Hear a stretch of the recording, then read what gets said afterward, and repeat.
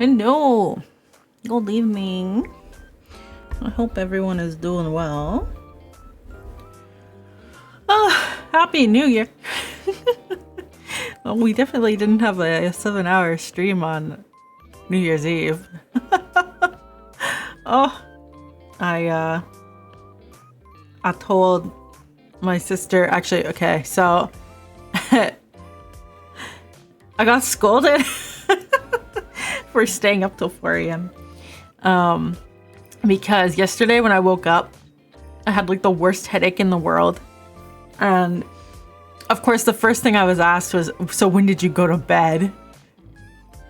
And I was like, 4 a.m.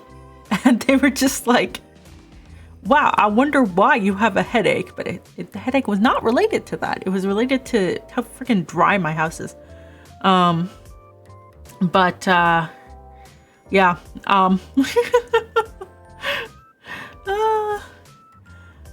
Yeah, that was a thing. So, it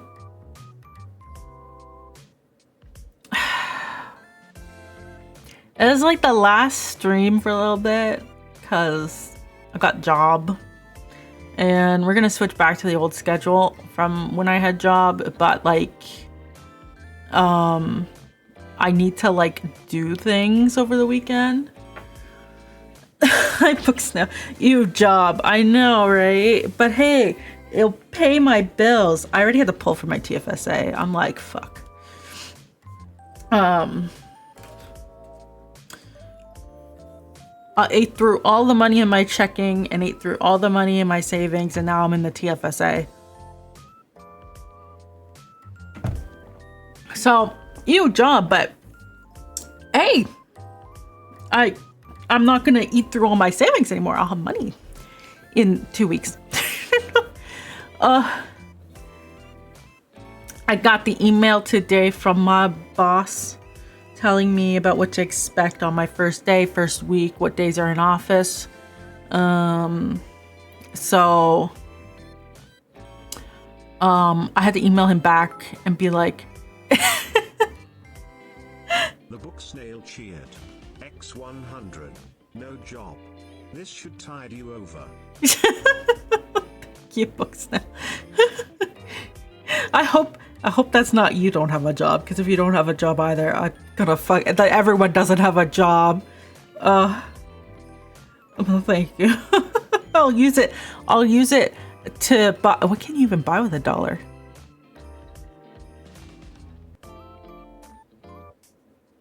I saw a salt shaker for 50 cents when I went out today. I could use it to buy a salt shaker.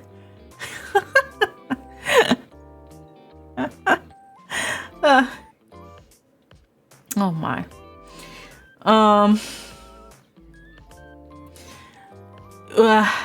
Yeah.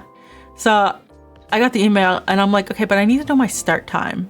So I replied back, but like after working hours. So we'll see tomorrow what time he says, because I let him know I'm not coming in the first day. I'll come in on the day that they want me to. Just because like the first day he straight up told me all we're doing is paperwork and setting things up and making sure I have permissions. I don't need to come in the office for that. So I'm gonna go in when on the in-office day. The in-office day is actually different than my previous in-office day.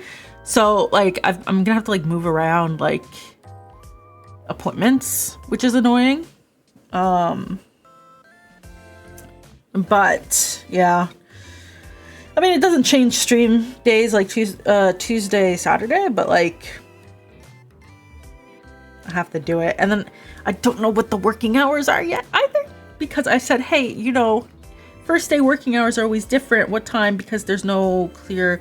All they told us is that there's a meeting at 10. And they said, your boss will tell you when to arrive. And then my boss did not tell us when to arrive. So I'm just sort of like, am I starting my day at 8? Am I starting my day at 9? Are they going to let me start my day at 7?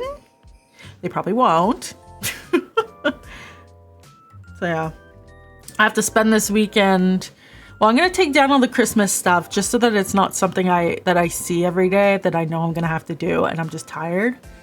So I'm gonna do that. I'm gonna... Hi Foss, how are you doing? I hope good news. Yeah, job. Yeah, I'm fine. Just job starts on Monday. So I'm not gonna stream for like a week and a bit. Which, considering I've been streaming every single freaking day for like 8 months, 9 months. Yeah. Yeah, that's just it. So I figured, normally I don't stream on today because I'm usually video editing. But yeah, congrats on possibly ceasing to be broke. Yeah. Hi TJ. What's my job position? Senior software developer. What am I gonna do? That's a secret.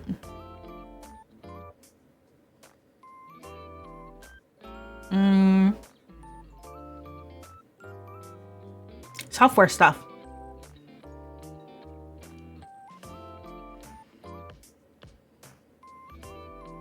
Because I'm working for a local company, so if I tell you what it is, what industry it is, you'll probably figure it out, and that's gonna be a problem.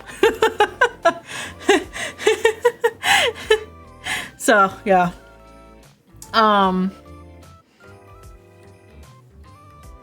Yeah, but yeah. Yeah, so it's gonna be senior software developer though. So same old, same old. Apparently I'm starting with someone else according to the email from my boss today. She doesn't want anyone to know she's coding MUPs. What's MUPs?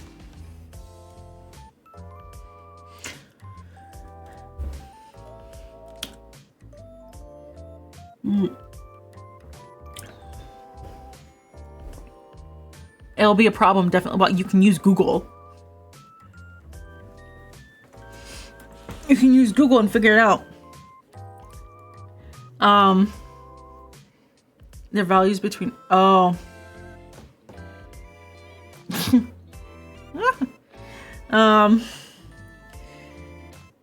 Yeah, so that's Monday. I have to set everything up. I went to Value Village today. Only one power bar. Usually you see like a million of those. Because I didn't want to spend like 20 bucks on a new power bar.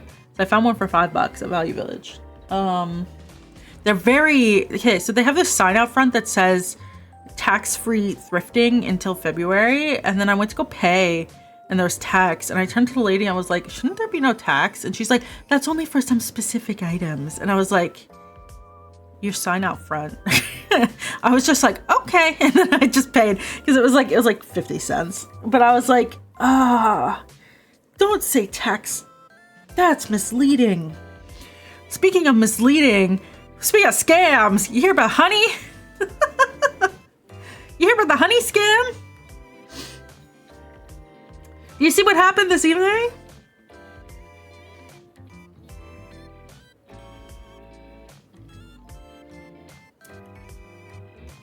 Let's see if anyone's seen it. No more honey money. Do you know what honey is?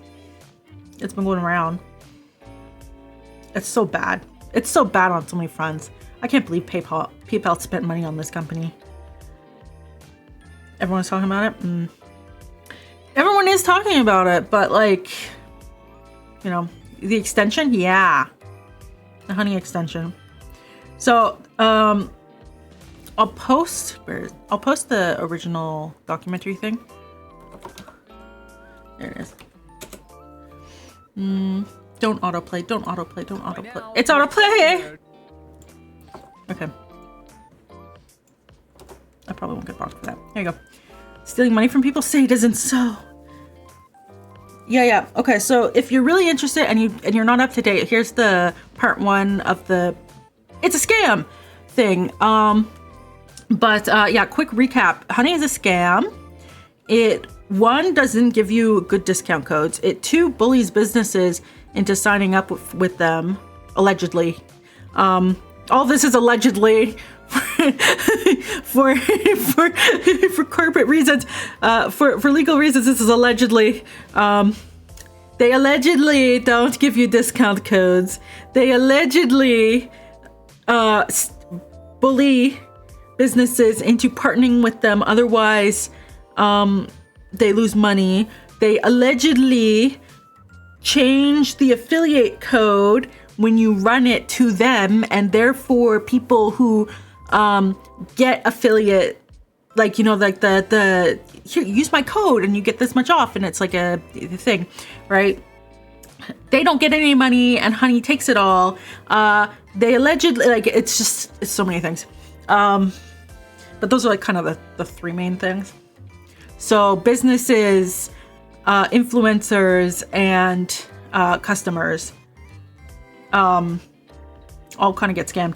And Legal Eagle, and I think someone else, I don't know who, it showed up because of Legal Eagle, is doing a class action lawsuit on behalf of the businesses and the YouTubers, content creators, who have probably been impacted by Honey. And that was announced, I think, 2 hours ago. I think it was announced a couple days ago as well, but like there's a video on Legal Eagle's channel announcing it. So yeah, the impact to Honey is actually really ridiculous when you think about it, but they were fine when they started with it. People didn't know that they were doing this, but it's really interesting from like okay, interesting is not really interesting. It's not good. It's not good, but like the impact is insane. So like, one, customers can sue them for misleading business practices, right? In two ways. One, they were lying about giving you the best deals because they would partner, like basically it was like allegedly, that if a business didn't partner with Honey, they would give discount codes that were like ridiculous, like 50% off or something. And obviously part 2 of this hasn't come out that talks about the business impact per se, but right, if the businesses partnered, Honey would give discount codes that were like 5%, 10%, you know, something like that. If they didn't partner, they would put like 50% off or something. Okay. So there's that perspective from the customer. There's also the fact that if you clicked an affiliate link and you used Honey, you still thought that your YouTuber or content creator, whatever, was going to get that sale, right? So that's misleading for you as a consumer because you think you're going up to pay and you're using someone's content creator code and you're supporting them, right?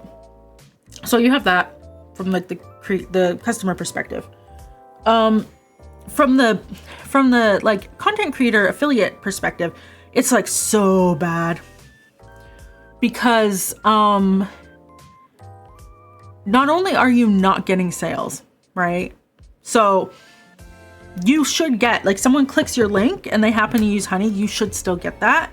Like that's just scamming, right? Allegedly. But it also messes with your future revenue. So I saw a comment about this today and I was like, holy shit, that's true. Because like if you have sponsor with someone, right?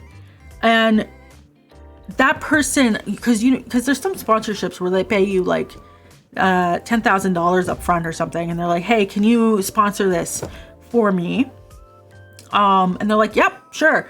Right. And so the business pays the content creator to do the sponsorship, and the content creator does their video and posts the link for them to do it, right? But then because Honey overwrites stuff, that customer isn't accounted for towards the content creator, right?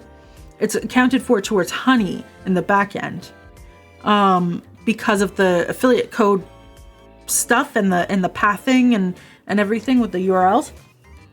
And so what happens is that content creators can lose their sponsors because the sponsor doesn't see any conversion from the content creator, so they don't sponsor that content creator anymore. So like there's a future revenue lost thing happening too, right?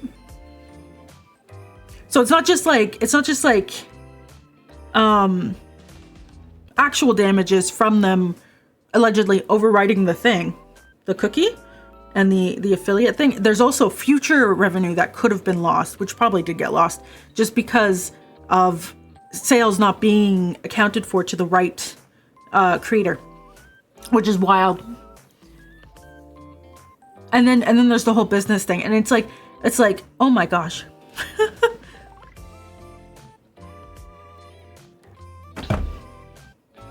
So, yeah, we'll see how that goes. But, allegedly, that's really bad. Like, that could, like, and remember, PayPal apparently paid $4 billion for honey. So, like, and there's other things that are using the same scam. I think Pi isn't allegedly using it, and I think some other ones too. I don't know. So it's wild. Like, holy shit, that could bankrupt PayPal. Can you imagine that? No more PayPal? Crazy. Crazy, crazy, crazy. Allegedly. Bankrupt? Yeah. Because if PayPal paid $4 billion for honey, you can bet honey was making billions of dollars, right? Through this, which means that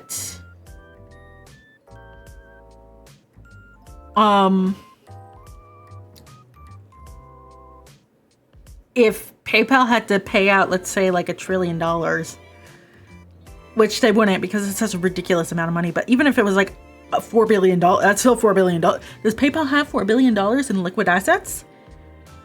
Probably not. Like, that's a lot. So, yeah, it could bankrupt them. And their stock could plummet too, if it hasn't already. Which would be even worse. Right? And I wonder what the shareholders would say, because, like, for them, the shareholders, right? When everything's all well and good, they love this idea. But when this comes out, the shareholders would ask and be like, why are you taking up? It went up 1% today. Oh my God. Because the shareholders, right? They're like, oh yeah, it's making money. But some shareholders might go like, why did you pick a legal, like, liability, right? Like, why? So you never know, right? It went up. It went up. Oh. PayPal isn't allowed in Croatia. Yeah. PayPal is used a lot for, like, a lot of stuff. I mean, most of the time with Canada, like, I just do EMT, but, like, if I ever have to, like, work with someone in the US, it's usually PayPal. Yeah. Like, tips and stuff, I do, like, if I tip a streamer, it's through PayPal. I do a lot of payment stuff through PayPal, because it has, like, my address and stuff. Like, through PayPal, through my credit card, if I'm buying online.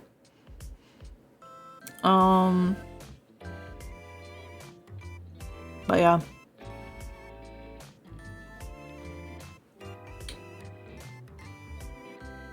It's like one place that knows my credit card number, and that's good. But yeah, PayPal's used quite a bit.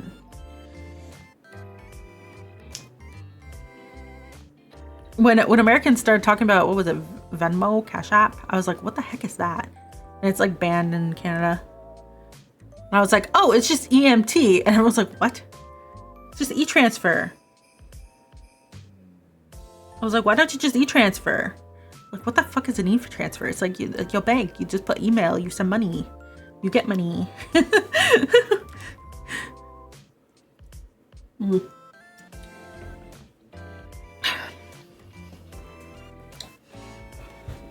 But yeah, oh, it's crazy. Crazy, crazy, crazy. The Legal Eagles video, I'll link it. Revolver or Air Cash? Oh my. Yeah, no, our financial institute here in Revolut. Okay, Revolut. Yeah, our financial institutions have to have electronic money transfer, which is EMT, which is e-transfer. So actually, a lot of stuff you pay through e-transfer. I pay my lots of like small businesses will do e-transfer because there's no fees. You just send money. E-transfer, yep. Electronic money transfer.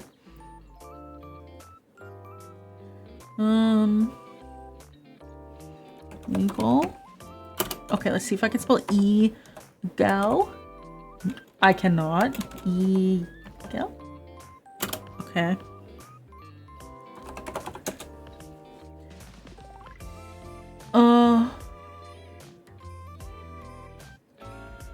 Wendover. Oh, Wendover is the other person suing. Okay, please don't autoplay. It's got autoplay. Isn't that like everything online? No. It's a specific name.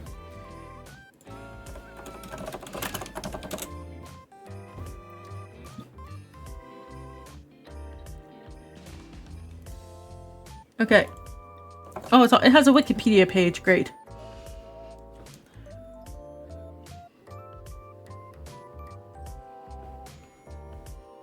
Hi, Lamb. How are you doing? That's Interact e-transfer.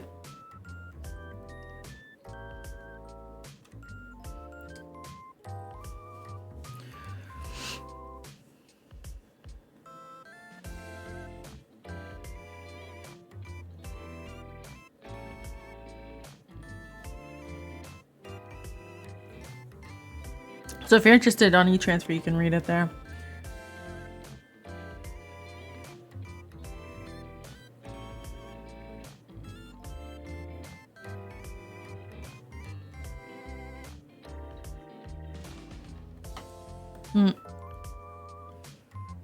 That's what we use here in Canada.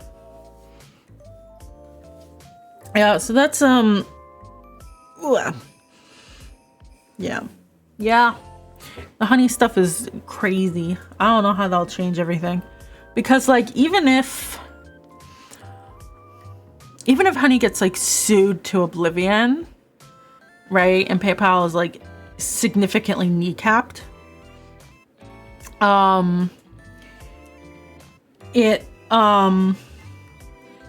Some people have said, and I think this is right, like the affiliate marketing stuff is like forever like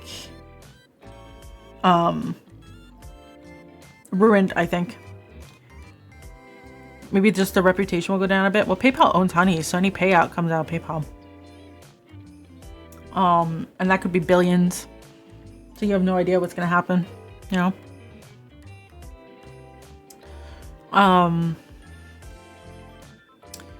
But cause like, yeah, honey loses, for example. That doesn't mean that anyone else can't just go do this and sneakily do this, right?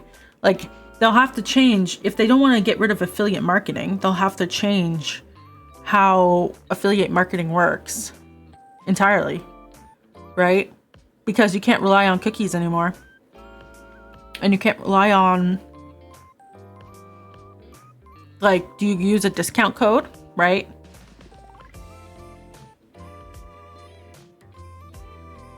Do you have to have someone apply a discount code in order to know that it was linked? Because the thing is, like, for a business, right? Like the affiliate stuff is pretty good for a business, because if the content creator doesn't send over any sales, right, customers, and there's no actual sales that happen because of the content creator, the business doesn't lose out, right? per se. Now they probably do an upfront payment just to like pay for the ad. I haven't been sponsored, but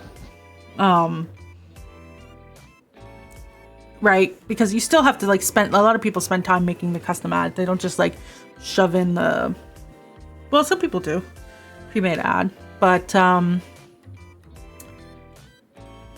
yeah, I know a lot of people will do like a little custom skit or something with the thing. So it's like you kind of have to pay for that, but then like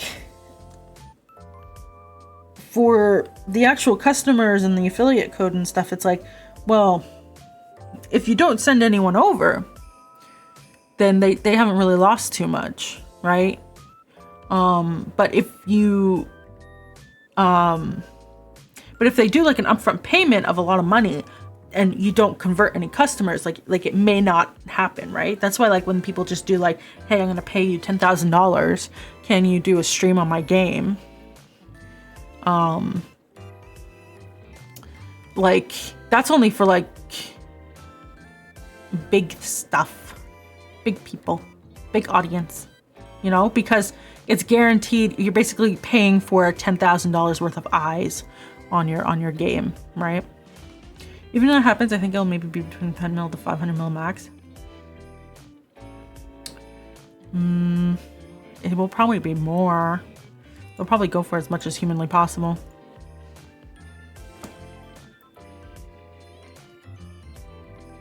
If it was only 500 million, that would be a disservice.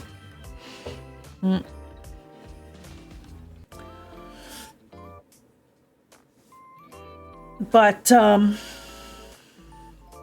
yeah, I don't know how it'll change, because it'll definitely have to change, because even if you know Honey does sue and lose, you can't rely on other people not doing that, right? Like just the tech is there, people can change it. It's like a gentleman's agreement people had not to do that, and then people did it, and now you have to come up with a different way to do it, and that's kind of annoying.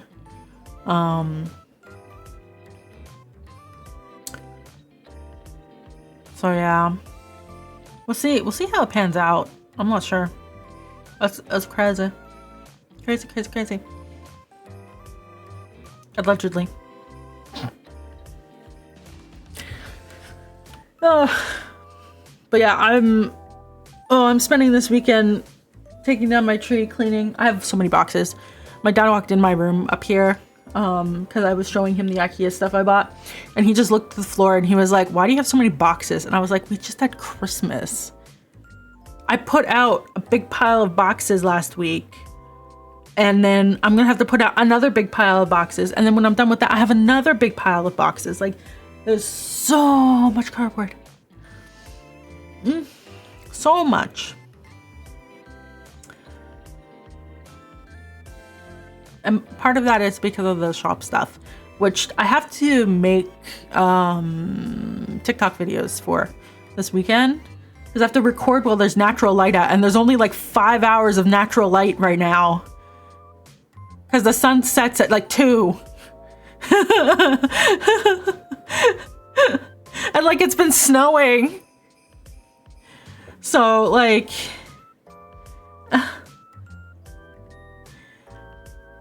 you know, it's hard. You can get some light boxes.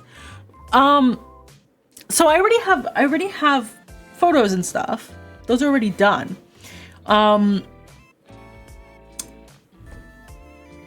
It's more like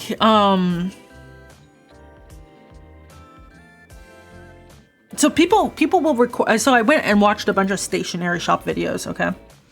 And the reoccurring theme is natural light for like everyone. Everyone uses natural light, which makes perfect sense.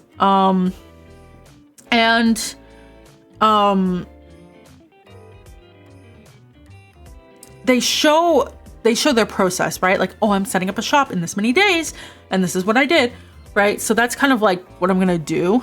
Now, the thing is that the shop's already set up, but I couldn't launch it earlier. So I didn't record myself doing any of the things. And so it's just sort of like, I'm gonna redo the things I did to take photos for the videos. It's so strange. And I'm just trying to figure out like I have to make some scripts and stuff, which is annoying. And I have to record it, which is annoying. And then I have to make the video, which is annoying. Because I think I'm gonna make at least 7 videos, one for each day leading up to it.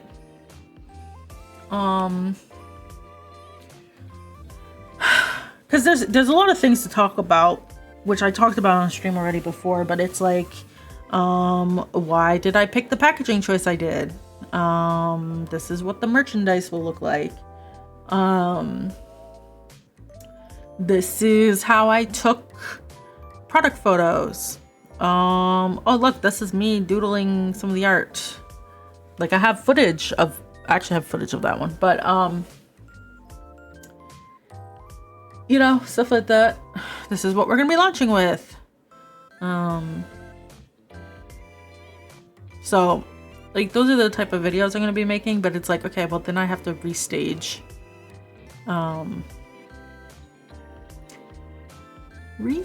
some stuff, which isn't too hard. I mean, it's still out, but it's like I have to restage some stuff.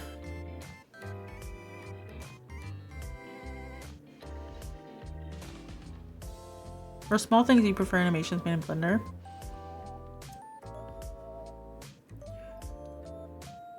What do you mean small things? I'm gonna be making reels, TikToks, etc. Like 30 seconds to a minute long.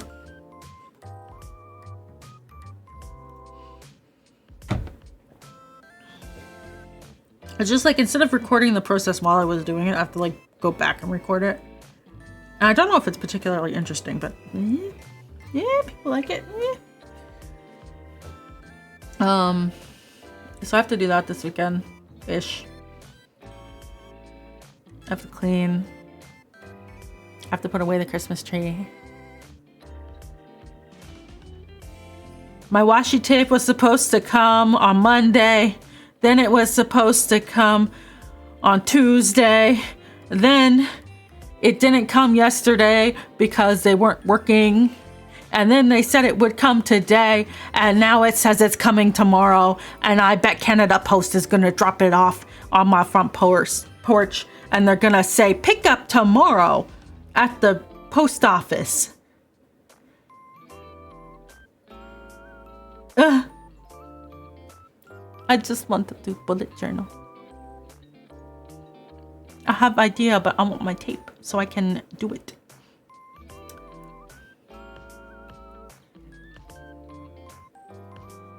Make what? Canada! Yeah. Good to know. Yeah. Well, they were just on strike, so they have a backlog. But I kept getting emails saying the backlog's gone. And I was like, okay, cool. I'm going to order my washi tape now. And then I ordered it and it's like, fuck. For object size max of say normal A4, book size thing or smaller should be easy enough to make in Blender. Why would I make pixel art in Blender? I made it in. But you can't print from Blender either.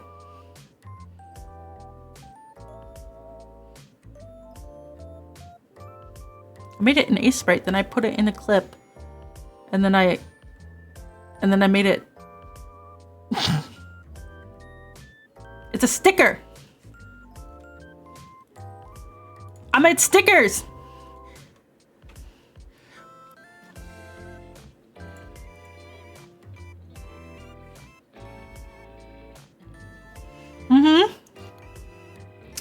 This is recorded for all eternity. We will always remember this moment.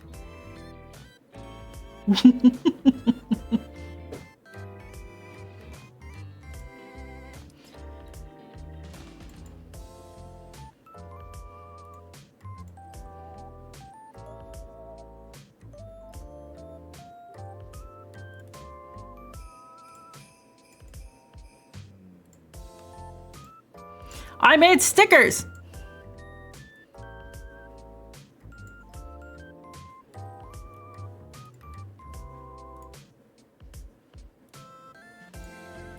And I have keychains and buttons. And a art book. Yes. Now that makes sense. Yes. To make it in Blender, that seems like overkill. Like what? 3D printing? My sister's gonna buy a filament printer. She was talking about it today when I saw her. Gonna buy a filament printer. She already has a resin printer. She has a resin printer already. She actually made me a model of my my Warrior of Light like years ago. So I have that here. But no, she wants a filament printer for a reason. But she already has a resin printer. Now I don't know the reason because I don't touch this stuff, but that's what she said. That's what she wants. I'm like, okay, not my money. I'm not sure. I said, oh, are you gonna do like wood filament? And she's like, maybe. But maybe multiple color. Although no, I don't touch this. I don't know. I just get given the 3D printed thing, and I'm like, oh, cool. And she's like, yeah, I sanded that for a million years, sand off my fingertips. And I'm like, oh, that's interesting. And she's like, yeah, look at my new Dremel. And I'm like, don't know what that is, but cool.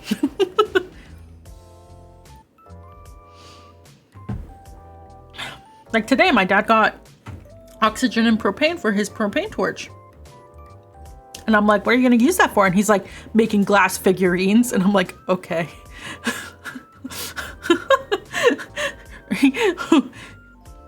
What feels insane? You printed a lot of vases already?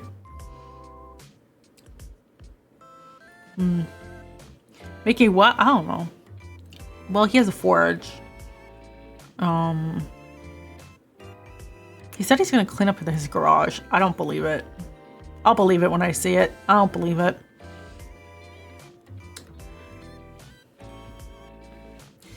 But yeah.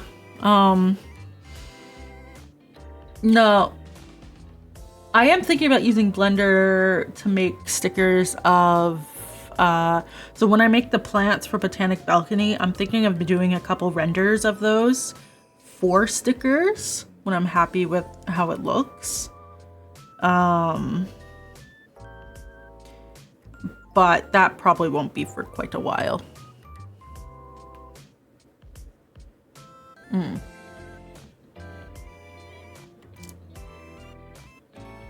No, I didn't.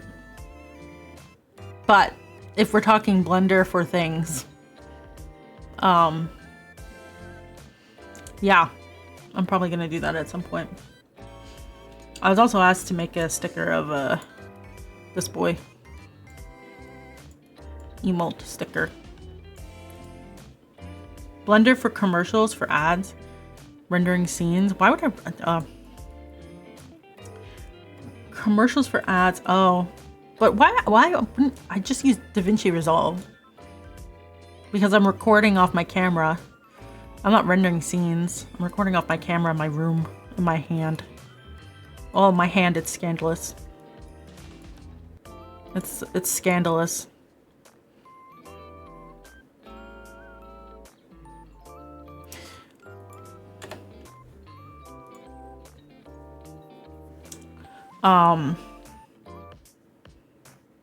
But yeah, that's something I have to do. Ugh.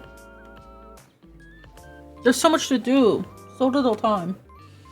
And I'm gonna change around my desk setup because I have my old work monitor. They never asked for a back. Because the one monitor off to my side, it's currently flashing green. That's where chat usually goes. It's currently flashing green. Hello, Casey.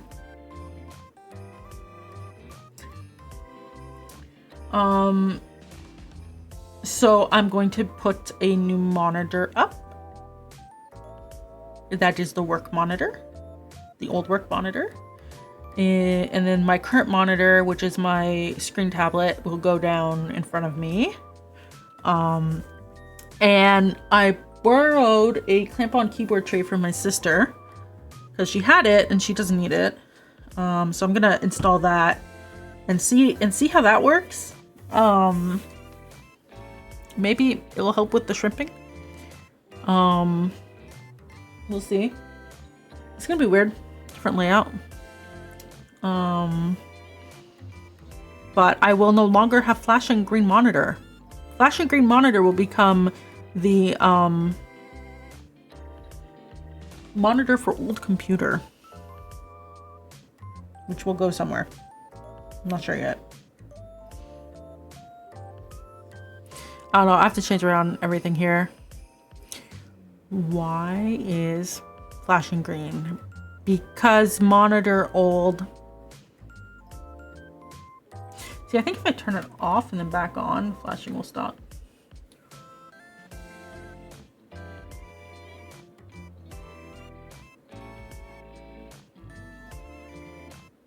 Yeah, flashing's gone. It just does that.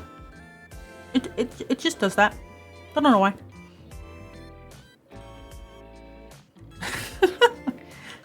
don't know why.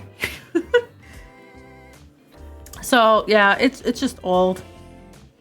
I don't know how long I've had that monitor. A very long time. I've already replaced the cable. It's not the cable. It's not the power either. But I don't put anything important there except for chat. So, you know, I don't put anything important there.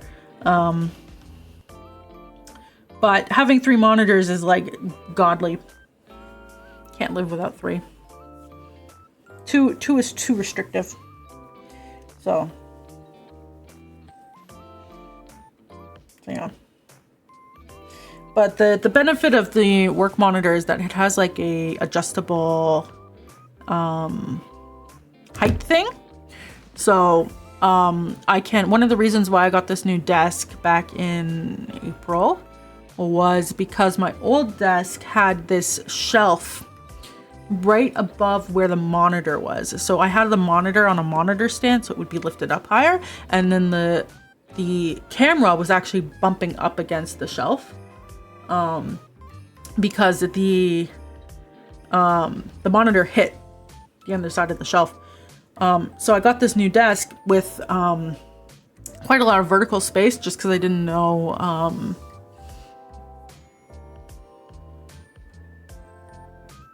how tall I would need everything to be. And so with the new monitor, it has like the adjustment thing, so I can put it up to where it should be for me, like ergonomically, and then maybe things will be better. I don't know. Shrimping gone? Because one of the reasons why I end up shrimping is because, like, in order to see to be right with my face, I have to shrimp quite a lot. Is my old monitor VGA or DVI?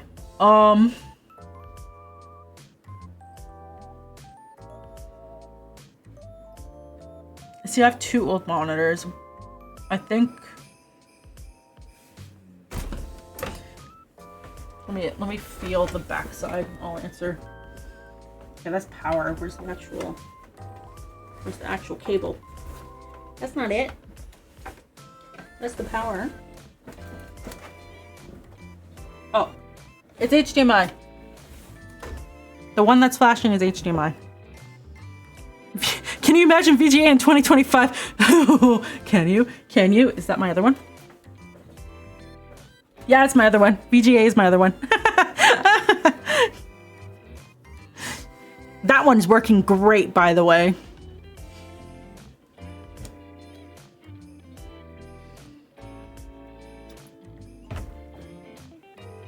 I like that one because it has a source thing. So when I had my Mac Mini plugged in, I'd have the Mac Mini plugged into the HDMI slot on the other one, the source one. I would just toggle source. So if I wasn't using the Mac Mini, I could toggle it to like. You think VGA are usually really oxidized? Yeah, well, it's not a cable. It has something to do with the pixels or something. Maybe. I don't know. Not really my concern anymore. This monitor will soon be put into the spare room with my old computer. Well, you know, that's that. By the way, what? I can filibuster for another 2 hours, but should I play a specific game tonight? Do we want to play a game tonight? I don't know. I kind of said question mark because I don't know.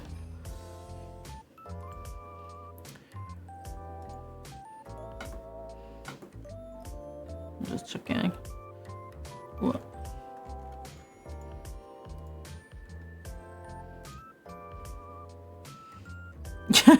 You probably hear 8 more minutes. Connection input for HDMI. Never heard of that. Yeah, I think it's an issue with the actual like Picross. I don't know what Picross is. Because connection input is like, well, like if it was the connection input, turning the monitor on and off, I don't know if that would do it. That would fix it, because it does fix it. I think it's an issue. The monitor, maybe like in the inside of the monitor. Maybe something's loose. I don't know. It's old.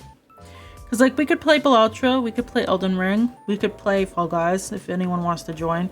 Last time I did a community game night, no one showed up.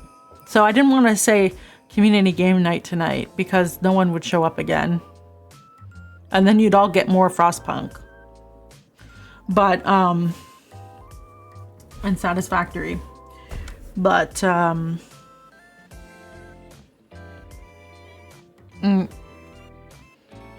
yeah.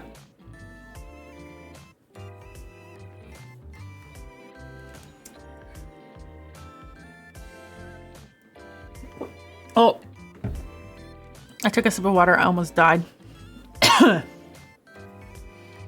Oh, don't breathe and drink at the same time. My God. Oh, I was gonna say the reason I was so like the other day when I was streaming, I was like, man, I'm so dehydrated. I'm like, I drank like so much water. Like, why am I still so thirsty? Yeah, electrolytes. That was my discovery yesterday because I woke up with a headache, right? And everyone's like, well, that's because you slept at 4 a.m. And it's like, no, no. It's because, hi, Dark. You didn't hear anything. So like, I've already drank, like, I have a liter bottle here with me. I've already drank over half of it.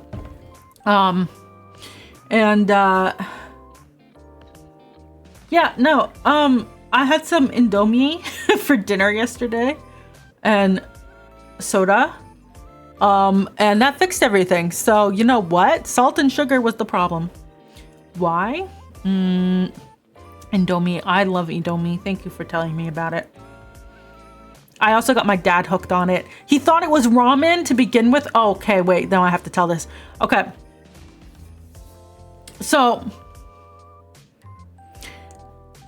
we got Indomie, okay? And I was like, oh, it's so good, right? And my dad's like, I don't know, like the flavor's not really there. And I said, well, how are you eating it? Because I had a sneaking suspicion he was eating it wrong.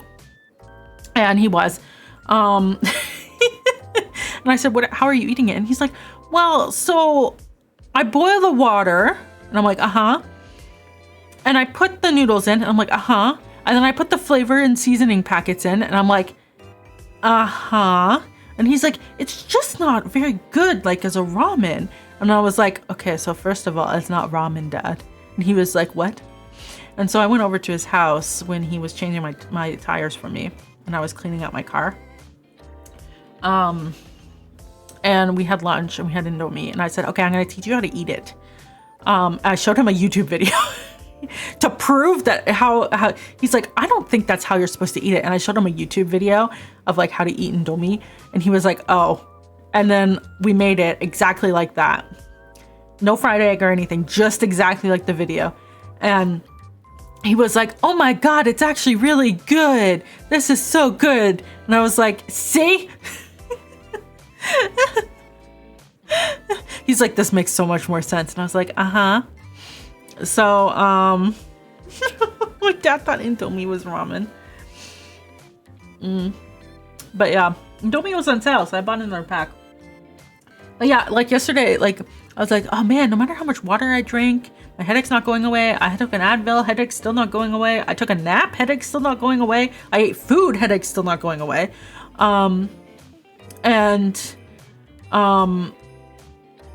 I messaged my sister, right?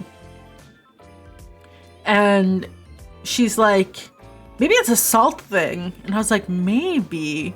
So I just got Indomie, and I had I had iced tea soda.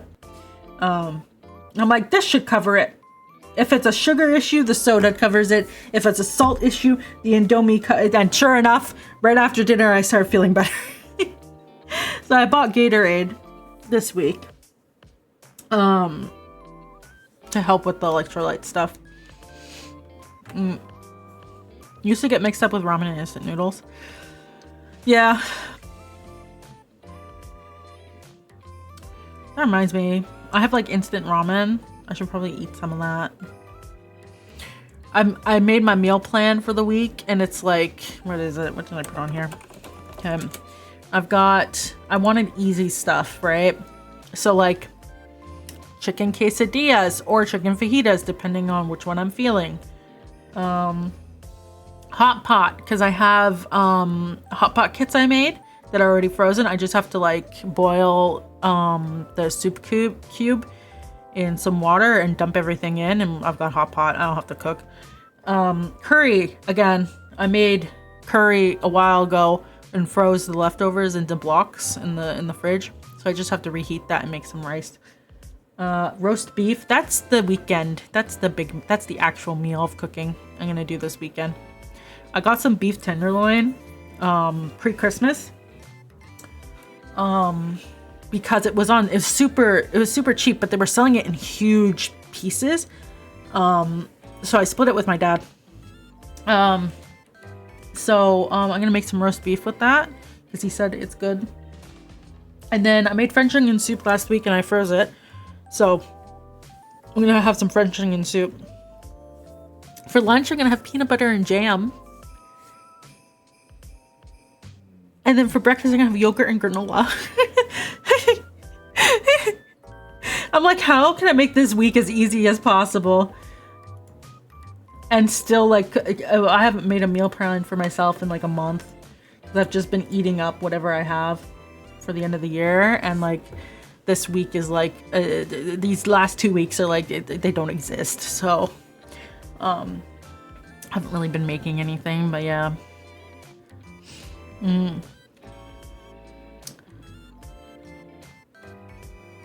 And then of course there's the takeout day, and then probably a leftover day somewhere in there. We'll see. And that's why that's the thing I found with meal planning.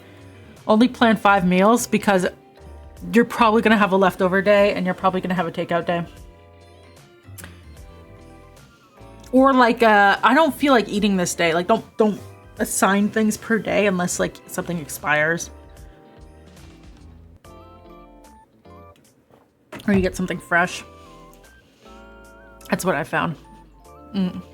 Never plan meals at all. Yeah. I used to not plan meals. I used to be whatever. But then when I moved out and you're only cooking for yourself, at the beginning it was okay. I just had whatever I wanted. But then I started ordering a lot of takeout because what would happen is that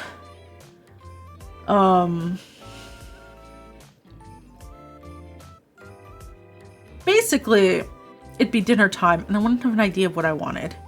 So I would order takeout, and that's not economic. And I would always order delivery because I can't be asked to go drive over. And that's not economic. So, you know, that's a problem. And, you know, it's not very healthy either. A lot of the restaurants around here are all chain restaurants, and a lot of them are like burger places. So, lots of deep fried food and stuff. There are like a Vietnamese restaurant that I used to order from, but the last time I ordered, I got an earwig in my food, so I don't order there anymore. There's an Indian place I like, but it's expensive. There's another Vietnamese place I like. It's expensive. Burger's pretty cheap. Just saying. Burger's pretty cheap. There's like 4 McDonald's around me. There's a Harvey's. There's an A&W. Burger's pretty cheap. I ordered so much from Harvey's. It's the same thing every time too. I ordered so much food from Harvey.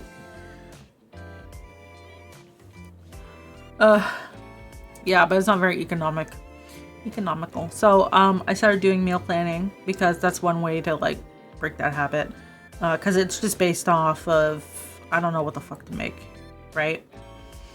But then like I was too, you know, like when you look up meal planning, it's so regimented. It's like, this is what I'm gonna have for breakfast. This is what I'm gonna have for lunch. This is what we're gonna have for dinner. This is what I tried 2 years ago. It worked for 2 weeks. You get breadcrumbs, egg, flour, salami, cheese, and tomato sauce, and you can make like 10 different meals with that. Ah, I see. I can't think of any meals you can make with that. Wait. Pasta.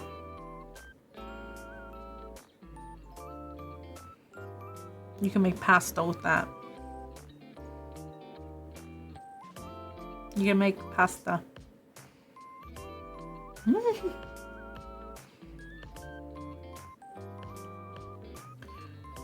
Breaded salami slices? Why would you bread salami? Salami's so expensive. Why would you bread that? That's for charcuterie. Salami cheese croquette. Oh, go buy some pork. Or pizza. Or pizza. That's true. Pizza too. Pizza too. We got ads. We got ads. We got pizza. Mini pizzas. Tomato baked casseroles. Oh.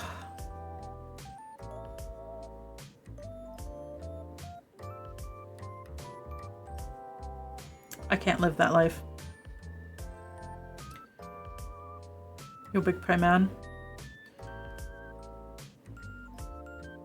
That's fair. That's fair. However, you can eat salami as a protest. If you ever change, you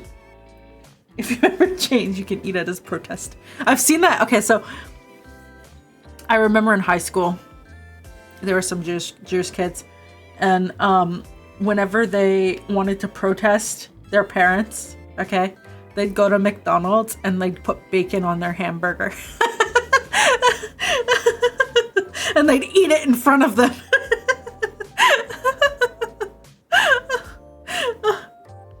As a protest, and I was like, oh my god.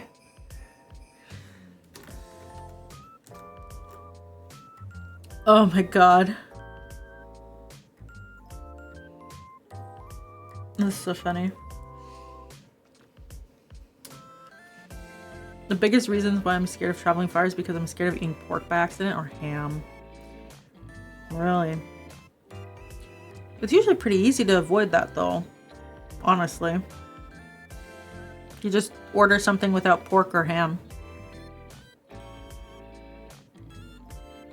Or you're like, I can't eat ham, I can't eat pork. And they'll be like, okay, don't have this. Can you recommend something? But I can't have pork. Okay. Or get vegan everything. Get vegetarian everything. You're safe. There's no pork.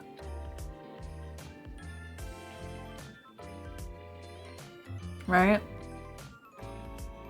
Just order vegetarian, you're safe.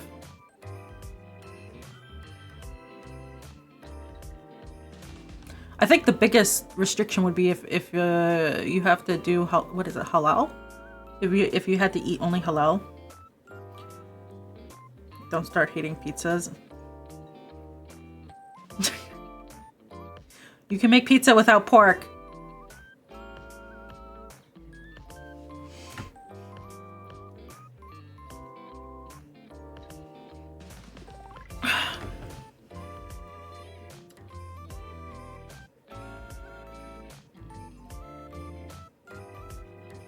I mean, the only reason I haven't traveled to Japan other than like money and like my body hurt is like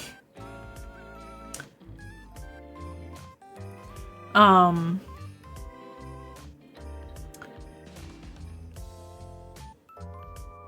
can't have shellfish and I'm like, shit, I'll die.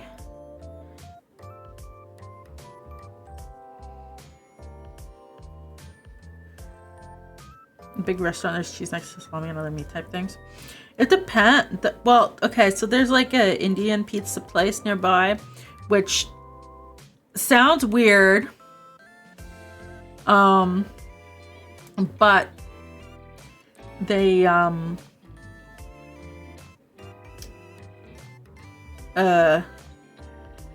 definitely have some stuff. I don't think they have those sort of accidents.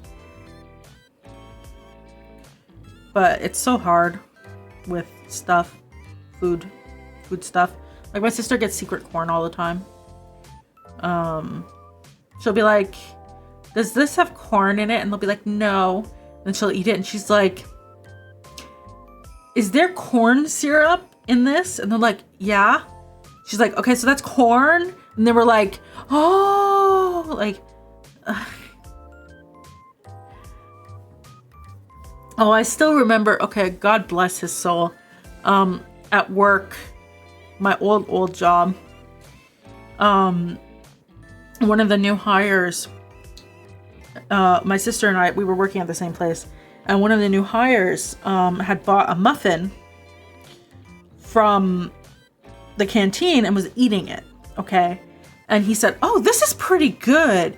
And my sister was like, oh, what is it? And he's like, oh, it's a lemon muffin. And she's like, oh, cool. Can I try some? And so she had a bite of it, okay? And then she paused and she was like, you know, this doesn't really taste like lemon. And I ate some of it and I was like, this is a cornbread muffin. And she just like, for everyone at the table froze. And I was like, okay. Anyways, one of the guys at the table had his EpiPen with him, so they briefly traded EpiPens because hers was off in the HR thing. And she took the EpiPen and then I took her to the hospital. And I just messaged HR and I'm like, yeah, someone mistakenly told my sister that a cornbread was a lemon muffin and she ate it and now she's having a severe allergy. I'm going to the hospital. It was an accident, so I'm not telling you who did it, but just so you know where we are. And I messaged my boss and her boss and off we went. And that was the rest of the day. And then the whole time I'm sitting there, I'm playing Grand Blue at this point in time because I was like, I had nothing better to do. I just installed Grand Blue. I was there for like 5 hours, right? Hi, Nick. How are you doing? And she's messaging me and she's on the medication there. And we're checking to make sure that she doesn't have any subsequent reactions.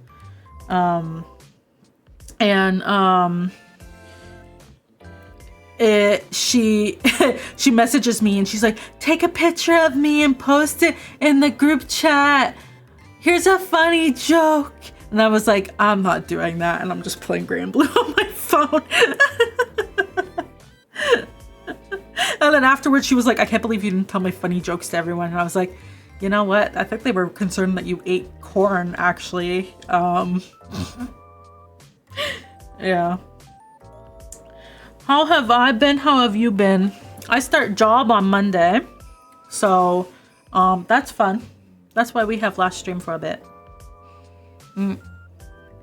Because, I figured we'd just hang out. Because I have to do, like, sanity prep. Yep. No stream for a week and a bit.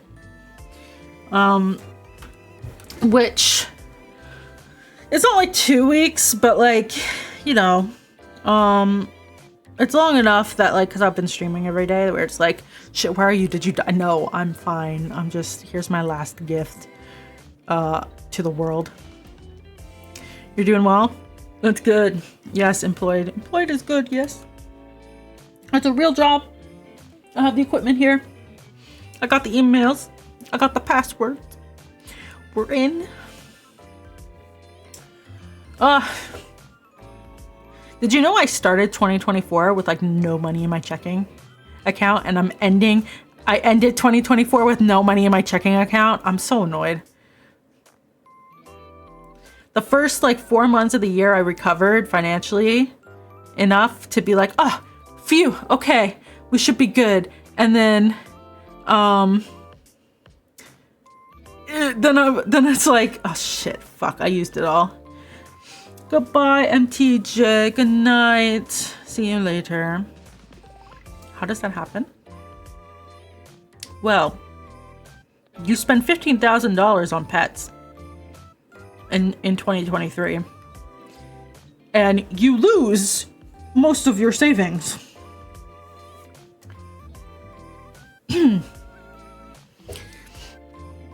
And then you start 2024 and you're like, okay, cool, I'm going to save and it'll be fine. And then you save and you're like, okay, cool, finally. And then like you get laid off and it's like, well, there goes all my money. That sounds like a fair deal. No.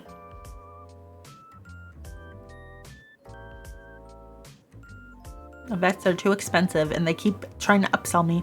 They need to stop trying to upsell me. Because Holly has an appointment in February. Charlie has an appointment in March. Like their annual checkup. Charlie needs to have the warts on his head investigated and potentially removed. Which also means I need to run blood tests. So like, I'm just like, please no. Shit, Holly woke up.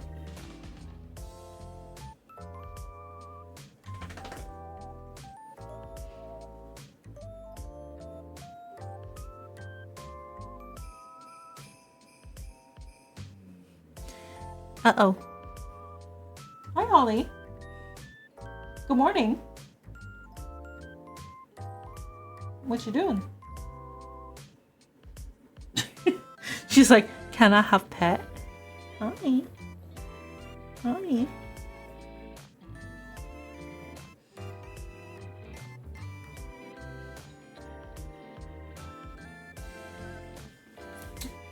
You know, I asked you an hour and a bit ago if you wanted out, and you just went to sleep.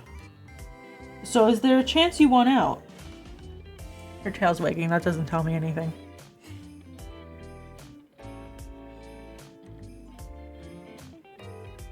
Oh, she's doing a big stretch.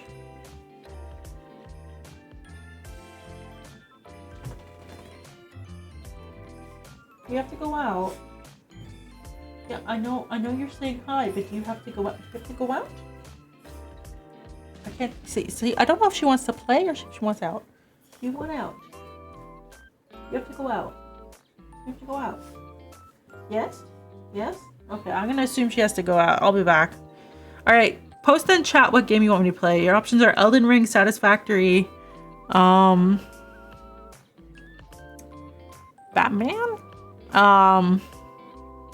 Minecraft, or we could do Fall Guys or something, but you guys have to actually join for Fall Guys. If no one joins for Fall Guys, we pick my own, or we do more Frostpunk or Balatro. There you go. Those are our options. All right, I'll be back.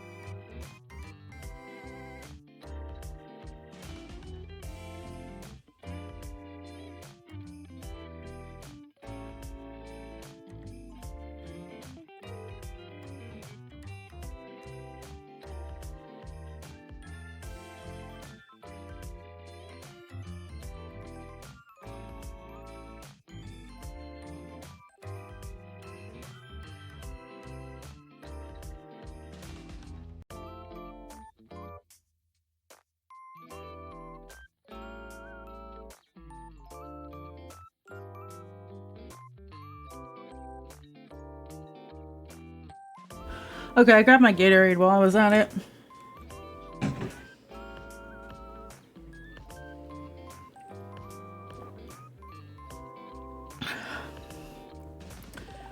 Minecraft sounds fun, but you have to go. Oh boy. Look at you editing. I don't know what Frostpunk is. Frostpunk's like a city builder thing. I played a lot of it. I mastered it. It's like a city builder survival game. Just let me view the page, okay? Here. There's Frostpunk.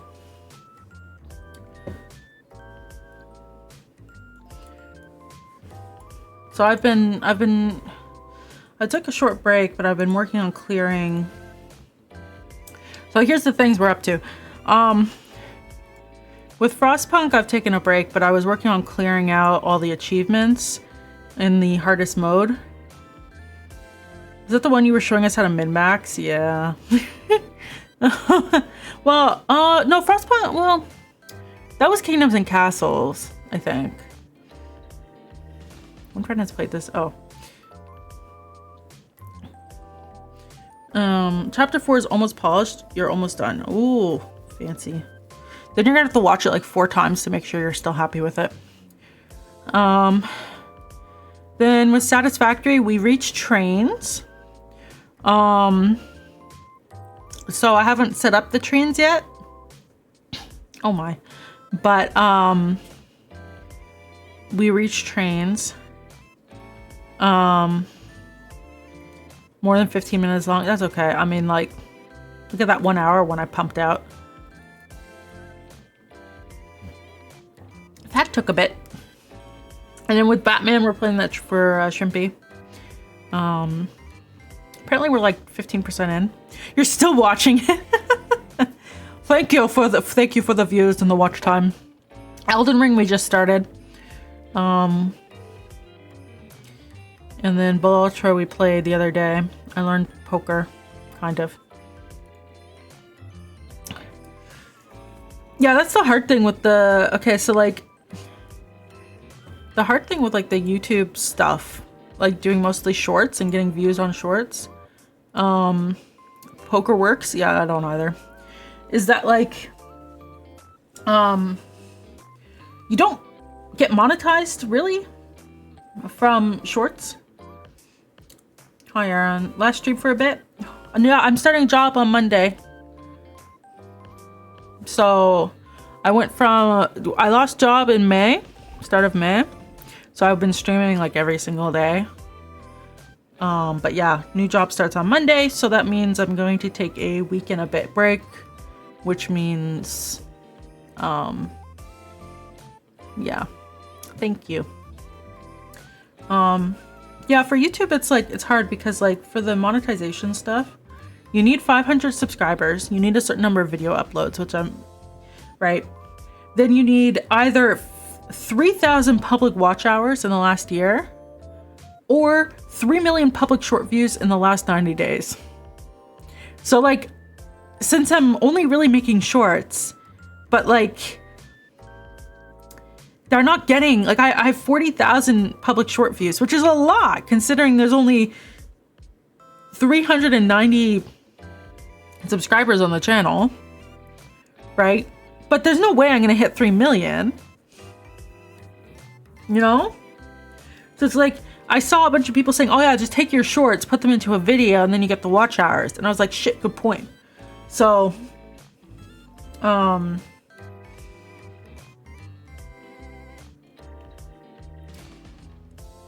yeah. But like, we're not even close to like the subscriber thing. We're not even close. That's why I hate it. So I did that best stuff. Here, I'll link it. I'll link the actual video. Copy. Here's the best of video for 2024. Like, share, subscribe, ring that bell, yada yada, comment, you know. So that's why, like, I saw all these shorts creators creating best ofs for 2024, and they put all their videos together, so that they can get the watch hours and stuff, which is like valid. That's fair. That's a way to do it. You know? Because I think if we go to the VOD channel, I'm just looking here. Yeah, the VOD channel has like 730 public watch hours. But we're not nearly close on subscribers. But it's still like way ahead, right? Because the thing is that if I had the watch hour, like watch hours for shorts don't count, which is annoying. So even if I have the watch hours just on shorts, it doesn't count for monetization, which is annoying.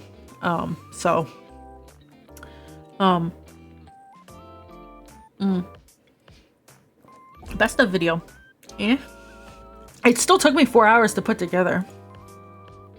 That being said, because I had to go and get all the videos, and then I had to put them all in, which doesn't sound that difficult. You just drag and drop the video in because it's already done.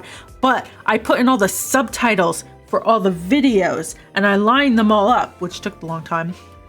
Hi Zira, how are you doing? Happy New Year. I've been good. I start job on Monday. How are you?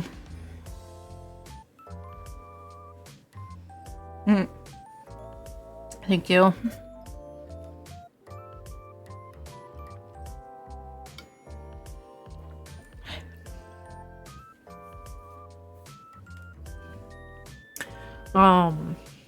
Yeah, that's why we're having this stream. Since there's no particular like calling out for stuff for game to play. Boot up Final Fantasy 14. No. I have to do Heaven's Turn. I need to see what my fortune is for this year and compare it with last year. You've been alive. You started the new year by getting back into Unity. Oh, I see. Is that a wink wonk? Wink wonk.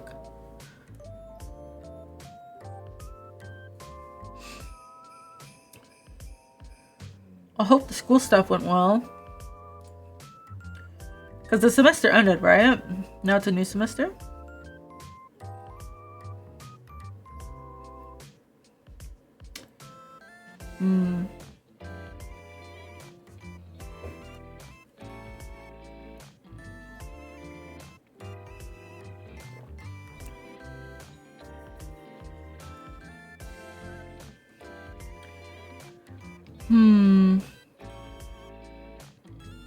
So many games to play, so little. It ended pretty well. You just have a couple students that will take finals in February. Oh, okay. Hopefully that goes well. What? Bro, what? No, mine at the 8th. 8th, like this week, next week?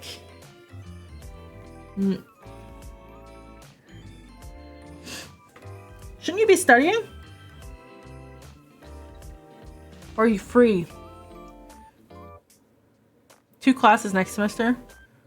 Oh, yeah. It's calculus. Calculus is easy. Oh, I don't know about that one. I studied for that one. Kind of. Does studying for 1 day count as studying?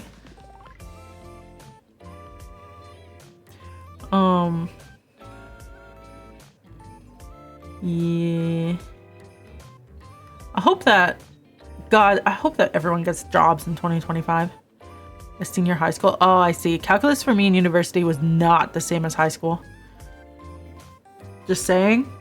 Our professor was like, so none of you learned how to do a proof in high school, right? And everyone's like, nope. And then the professor's like, what the fuck are they teaching?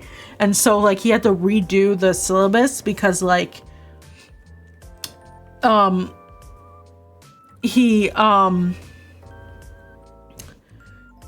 he basically presented our first assignment, and someone's like, nope.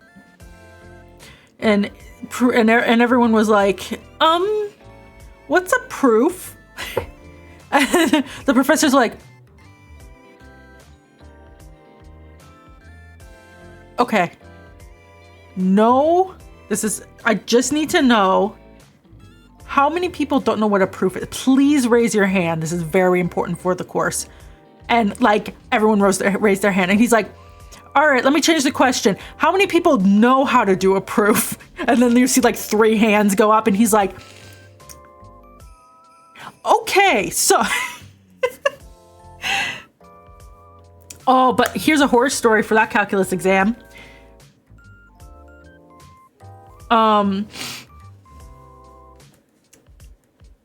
So,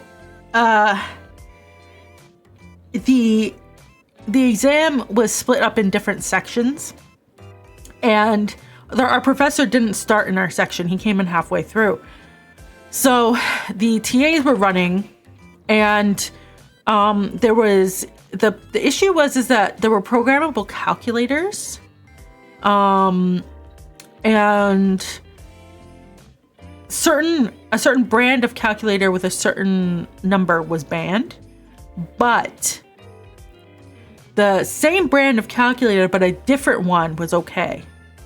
So everyone in the class, because we all used it on the midterm, so we all bought this calculator because we all knew it would work because it was the cheapest and most default calculator. Literally everyone had this one. Okay. And we had all used it on the midterm, right? Keep that in mind, and other exams and everything. The TA walks up to the first person, looks at their calculator and says, you can't use that calculator. And they're like, what do you mean? And they're like, you can't use it. It's banned. We're gonna have to confiscate your calculator. And they write down the student's student ID number on the back, and they took it up to the front. Then they go to the next person behind them. Same calculator. You can't use that calculator. And you know, at 5 students in, they probably should have realized something was wrong, but they just kept going. And the TAs confiscated the entire section's calculators.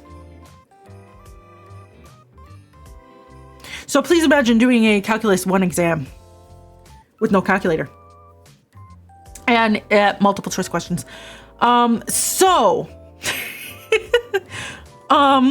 You know, at some point they should have realized something was wrong, because not only did people start to break down before they even got the exam, lots of people cried during that exam. It was completely okay. Can you not derive mentally? You can't quite do what the professor asked us to do, because it was multiple choice. So we had 4 answers, and you had to, there was like square roots and logs and like reverse logs and a bunch of other stuff involved. And like, the assumption was you would have a calculator, right? So there's just this mound. Picture like 300 calculators on this tiny, well, it wasn't like a single desk, it was like a double wide desk. At the front, just this mound of 300 calculators, okay? And everyone's like stressed out, because as soon as you get the exam and you start looking through it, you realize there's no way to solve half these questions without a calculator because it's multiple choice.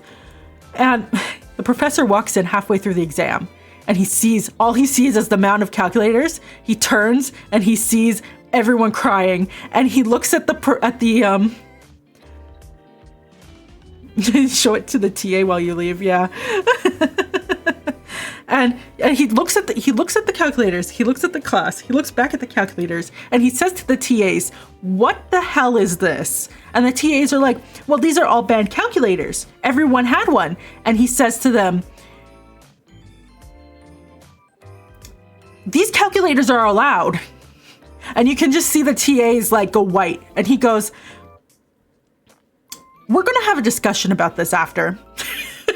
Because like everyone's breaking down. And he just turns to everyone and he says, I can't give you back the calculators because some people have already left and the time and stuff, and we can't redo this, but please simplify the formula as much as possible on the back of your sheets, right, to solve the question.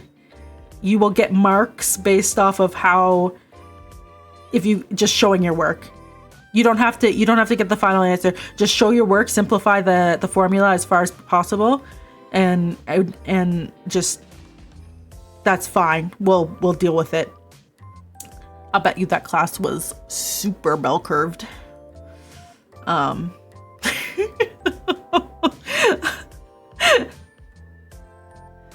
Because a friend of mine was in the other section. They had us set up in like 3 different gyms, but like all in the same area. So we were studying together. And anyways, I walked out and I was like, that was like, I told her about it, and she was like, what the fuck? And then, yeah, she's like, what the, like you, I just cannot imagine what the TAs were thinking. Why were they banned? Because the brand of calculator, they produced programmable and also non-programmable versions, and everyone had the non-programmable one, but they were just looking at the brand of calculator and saying that's banned because it looks the exact same, but the serial code's different.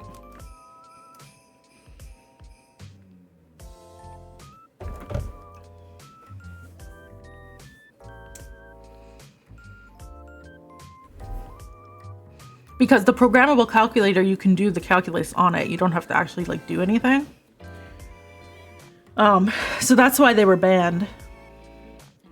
But everyone had this one brand of scientific calculator because they were the ones who made the best calculators that were the cheapest. And everyone had used that calculator for every other math exam and like every other assignment and the physics and all sorts of stuff. You could play GBA games on the programmable calculator, you could. So, yeah. But you would have thought, you know, just as a team, like 5 people in a row, something's weird. 10 people, it's getting really weird. 100 people, maybe we're making a mistake. They should have realized something was wrong. That exam and my graphics programming exam, actually I had some really, my graphics programming exam, I remember that went bad. I think I talked about that. So it was a 4th year course. It was a bullshit course to begin with because we could not do the assignments on the school computers. You needed a computer with a separate graphics card in order to do the assignments. Charlie woke up. Oh, he's on his way. All right, well, so 90% of the class, well, 50% dropped before the first assignment because they got the first assignment and they realized they couldn't do it because they couldn't do it on their laptop and they couldn't do it on the school computer, and no one's going to buy a $900 graphics card for a class. So a bunch of people dropped, and then a lot of people dropped after the midterm. And then this professor was kind of weird because he would give us assignments, but we had to fix his code. That was the kind of professor it was. So we didn't actually learn anything. We just learned how to fix his code. And our final project was to do a thing. And so we did it. And then he was like, okay, now present it to the class. And a bunch of us just did the assignment. And he was like, there's no creativity in your assignment. You just did exactly what was asked of you. And we were like, yeah, because the assignment said just to do it. And he's like, look at these people. They went above and beyond. And I was like, huh? So, yeah. When we went to the exam prep class, people said to him, will we have to write a shader from scratch? Because we have not done that for the entire course.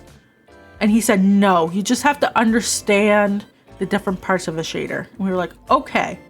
And so we got to the final and we are flipping through it and there's a blank page and it says write a shader.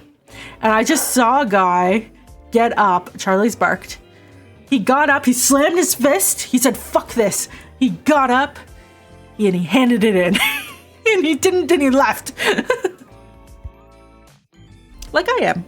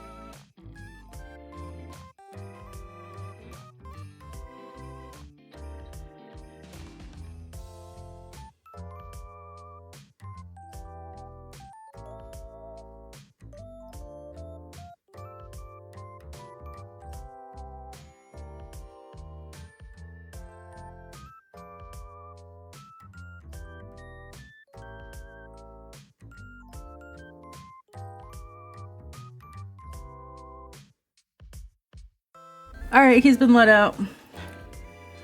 He's cold out too, so I had to go chase him down. No, but that actually did happen. He like slammed his fist and he left. He's like, I don't care, I have an extra credit, and he left. That teacher did not teach that course next semester, by the way. I don't remember if I saw that professor around anymore, but I don't think that professor taught that course ever again. There was another professor we got banned from the faculty. He got kicked out because he didn't show up. He broke a bunch of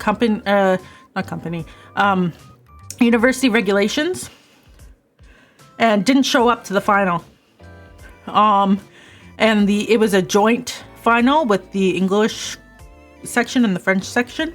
So the French professor was pissed because he already handed out the exam to the French section and they had started, and we didn't get our exam until an hour and a half in. And he was like rapidly calling the guy, and he's like, where are you? And he's just like looking at us and he's like, I'm so sorry. I don't know where he is. I don't know what we do in this situation. Because he didn't show up. Because I think he forgot that he had to do an exam. Because he gave us the midterm for our final. And changed some numbers around. And it was open book. So we brought our midterm with us. So that was an interesting experience. We all finished in 20 minutes. But, that look when he showed up with the freshly printed exams and he was stumbled in, he's like, oh, I just couldn't find the building. And the French professor did not have it. He's like, no, we're gonna have a conversation about this afterwards. Anyways, he got kicked out of faculty. He also tried to give us a bunch of assignments due after classes ended, which is against university policy. Once exam month hits, you don't have any assignments due unless your assignment is your exam. He broke some other stuff about rating professors. There was so many regulations broken. We spoke to a different professor about it, and you should have let me know first week this was happening, because if it was, we could have changed professors then, but it's too late in the semester. And I was like,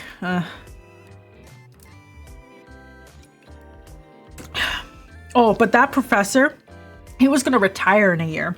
So he went full scorched earth on this guy. I don't know if they had a beef to begin with because they were both older professors. But I remember this one guy, he said to me that he took this class in particular with that professor because he had taken an electrical engineering course with that professor and he was so good. But then when he came to this course, he was so disappointed. I felt so sorry for him. It's like his world was shattered kind of thing. So,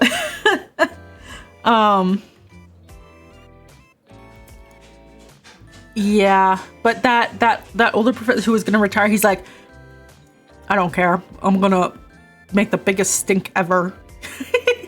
We were like, go team, go. And for some reason, I was designated the student representative for this situation because I actually attended every single class. Everyone else stopped attending. But everyone knew that I attended every single one of them because I was already on campus.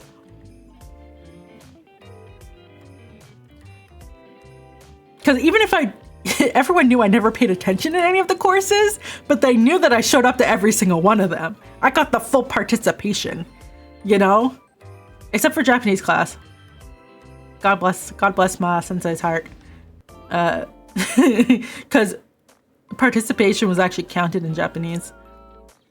And she had to pull me aside and she's like, I know you had leg surgery, so I'm not fussed that you've missed a bunch of classes, but if you miss any more, you get the 0. And I was like, okay. Because that course was 7 till 10 at night. So it was hard. I had the hole in the leg. And she knew about it, obviously. But yeah.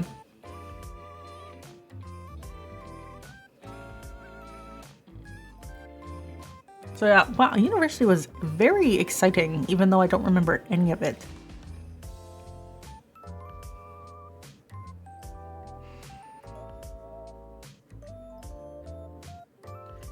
Okay. Let's see.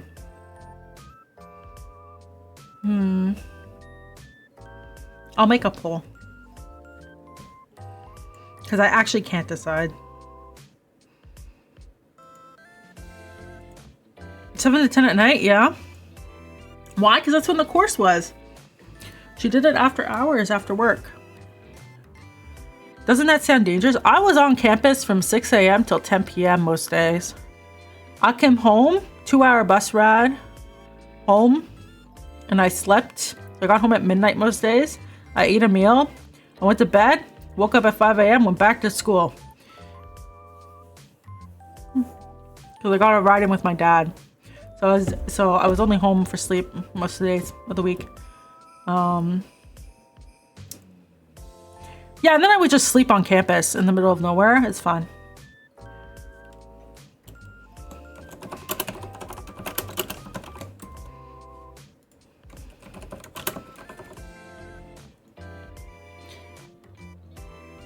So, like the janitors, I knew which buildings opened at 6 a.m. So those are the buildings I would hang out in. The janitors also know me. So like, that's a thing. There were some buildings that were open 24/7. And there were some building, like the library on the 5th floor was known as the party floor. So that was the only floor you could be loud on. So there were some days where I would have a class at 8:30 till 10. And then I would go to the library. And then from 10 until 7 p.m. I would be in the library. And I would sleep there. I would eat. Because you could bring food onto that floor. I would be loud. Well, loud. Most of the time it was like basically our class huddled up in a section for that day. And we were all screaming at each other on how to do proofs. So yeah, and because people would come and go throughout the day. But that's where people would go. There'd be a routine.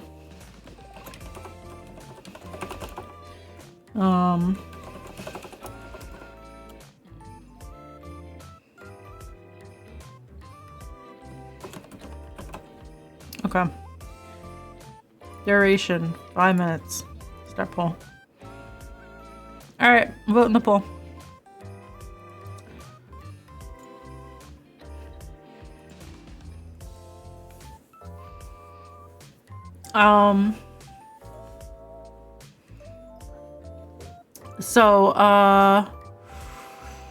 Yeah, I would like leave my stuff and go buy something and then come back. No Minecraft or Fall Guys? Yeah, well,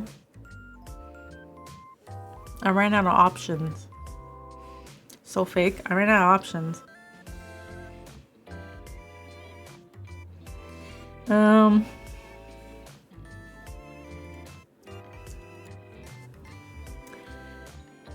And then, yeah. Some people were weird though. They'd be like, can you watch my stuff? I'll be back. And then they wouldn't come back for 4 hours. And I'd be like, where'd you go? Because some people, like, I would say first year, a lot of people were like, can you watch my stuff? I'm just going to the washroom. And everyone would be like, yeah, sure, no problem. But then at some point, like, everyone just started leaving their stuff and walking away. No one cared. University is like this, like, different universe where you could just leave your shit and no one will touch it. They're just like, yeah, that's someone's stuff. They're probably in the bathroom. Don't care. Or like, No, they left it. They'll be back eventually. Oh, that person's sleeping. That's fine. Don't bother them. You know, like, no one cares. That's a different universe. The worst thing was when I had to borrow a book from the library for an assignment. And then I had to return it on a weekend, but like the buses don't really go. So I had to get a drive, and then I had to drop off the book, but it was so busy. I was like, why is the university busy on a weekend? And I forgot that people live there. At yours, you could not leave your stuff out of sight because it would disappear even if it was beside you. Oh my God, that's terrifying.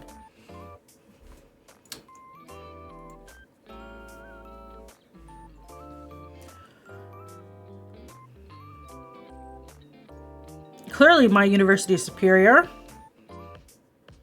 And if you know French, you get it for free.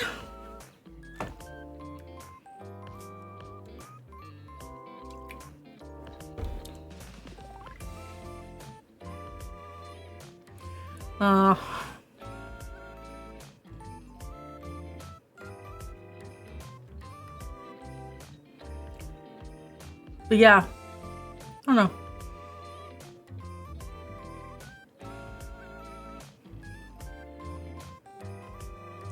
I'm trying to think of if I have any other interesting stories that aren't weird.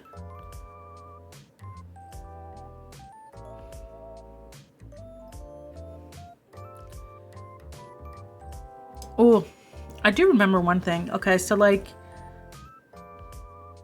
the thing about my year, I guess the expectations, okay, so when we got the fourth year, I remember multiple times, like the fourth year professor being like, there's no creativity, you didn't go above and beyond, you know, all this other stuff. You just did exactly what I asked. Like, so many professors got the same sort of, and TAs had the same sort of, I would say, attitude. I remember there was a statistics class. Was it statistics? It was something like that. I don't know if it was like language related statistics or like stats or like something else, because I don't remember what I took. I remember I had to do a presentation, and I picked the earliest section because I was there on campus anyways. And so I showed up and I presented what I had, and the TA turns to me and says, so what about this? And I was like, what? What about that? What about this? I was like, well, the assignment didn't ask for any of that, so I didn't do it. And then the TA went off on me and said, you're a fourth year. You should know. It's the you should know. You should know that you need to do this and do that and do this and do that. And he's like, you're going to get a terrible grade for this. Anyways, I got an A on that. Satisfactory won, and only one person vote. Fess up. Who voted for Satisfactory?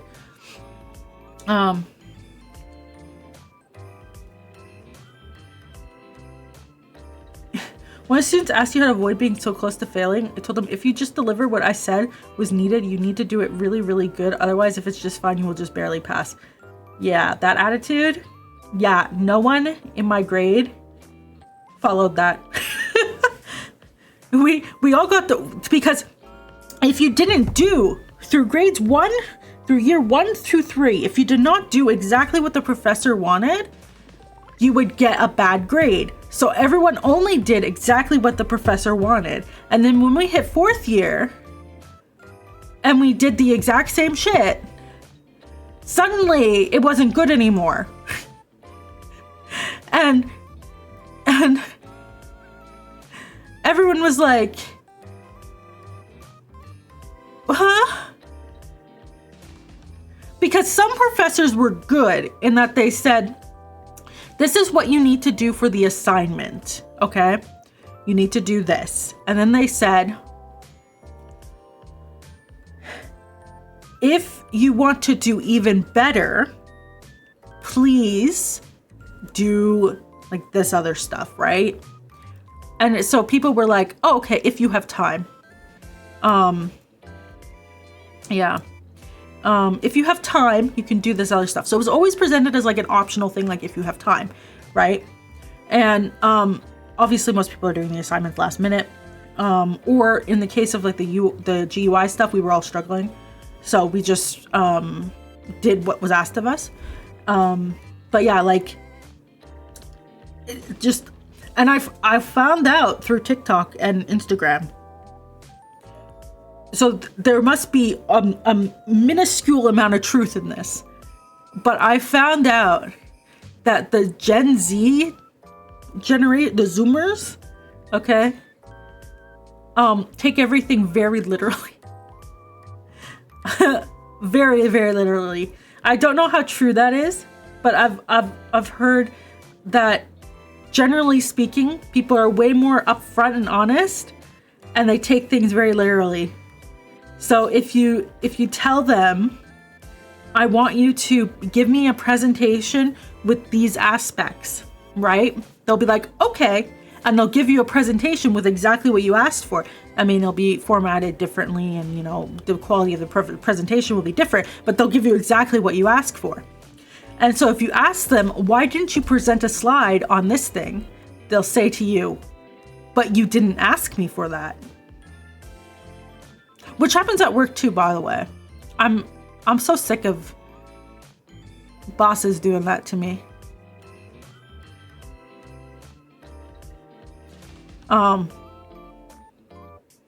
But yeah,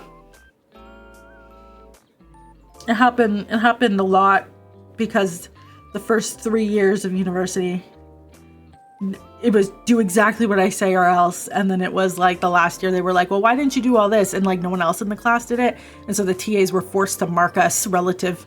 They couldn't all just give us a 50. Because the professor would be like, what do you mean everyone got a 50? Well, they did exactly what you wanted and nothing else. Okay, but that's what I asked. Why are they getting a 50? You know? So, yeah. Oh, I hate it at work though, because you'll like ask someone, you'll be like, I'm doing a presentation on this feature. Can you please review my slides and let me know if I'm missing anything, right? And so you'll send it to like 5 different people, right? You'll send it to your boss, you'll send it to the PM, you'll send it to another dev, you'll send it to like another senior dev, and then you'll send it to another junior dev. And then you'll go and everyone will say, it looks great. No changes needed. And then you'll go do the presentation and then the director will say to you, well, what about this? Why don't you know about this? What about that? What about this? And like everyone in the room had already approved the presentation, and you're just sitting there and you're like, well, no one asked for that. Because it's usually stuff no one thought about. Like literally everyone in the room is like pausing and they're all looking at each other and they're like, why would we need to know this? and he'll be like, oh, fine. Turns to the other senior who reviewed it. Can you answer this question? The senior's like, no. And the director's like, turns to the manager. Can you answer it? No. And then he just realizes that like what no one can answer for him because no one expected the answer. And we just say, we could get you the answer later, but like, this isn't right. Like, God.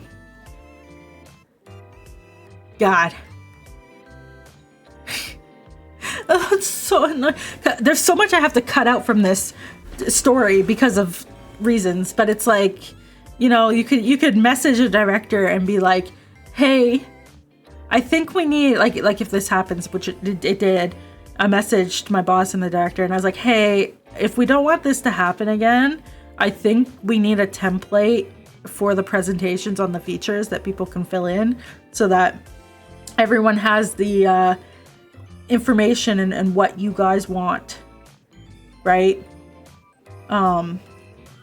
Because it was sort of like you're presenting the feature, so you're explaining what the feature does, and then you explain the results of the feature, and then you get like a question like ads. I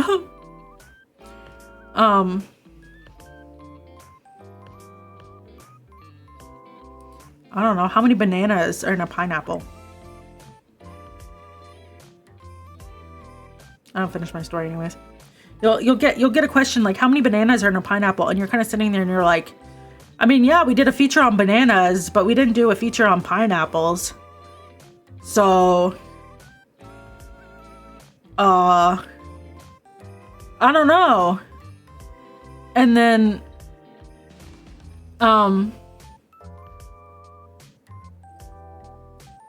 you're like, hey, can we maybe have a template if you need to know how many the feature would fit into the pineapple? Like, can this be like part of a standard template if this is something really important that we need to have for every feature? Because that's the thing, when no one can answer the question, you usually get a, but everyone should know this. And like, no one in the room knows. And usually you're like, can we get a template? No, we don't need that. You just need to do better. It's like, okay. It reminds me of university where you're like, you know, if you wanted us to make fancy presentations and stuff, maybe this should have been mentioned,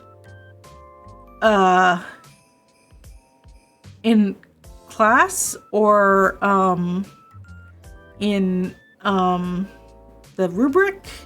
Because, oh, that's the thing too. We'll get a rubric for assignments in university. We'll get a rubric and everyone will be like, okay, so if I want to do 4 stars, this is what I need to do. And then everyone does it. And then it's like, that's not good enough. You need to work harder. And then everyone like presents the same thing. And it's like, well, what do you expect? You know, I don't know. I'm just rambling. We're never going to get the satisfactory at this rate. We're never going to get the satisfactory.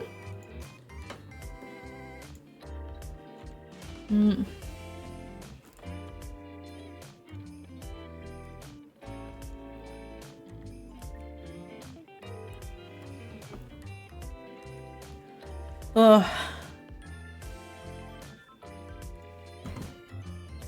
Alright, I'll change over to satisfactory in a second. Since that won the poll. I will honor the poll.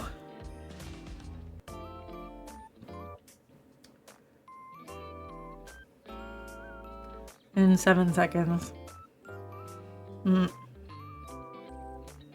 Yeah, I don't know. I'm salty. I'm salty about that. But yeah, I heard that there's like these big generation gaps and it keeps getting bigger and bigger. And with like corporate stuff. Because I heard a bunch of Zoomers got hired and then they got let go in all these layoffs because they can't adapt to the corporate culture because like the office politics stuff or something. And I think people are blowing it out of proportion with kind of what is happening, like the stuff they're doing. But I do remember like the being too honest thing. I remember there was a co-op. Well, actually not a co-op, like co-ops and also like other co-workers that were younger than me.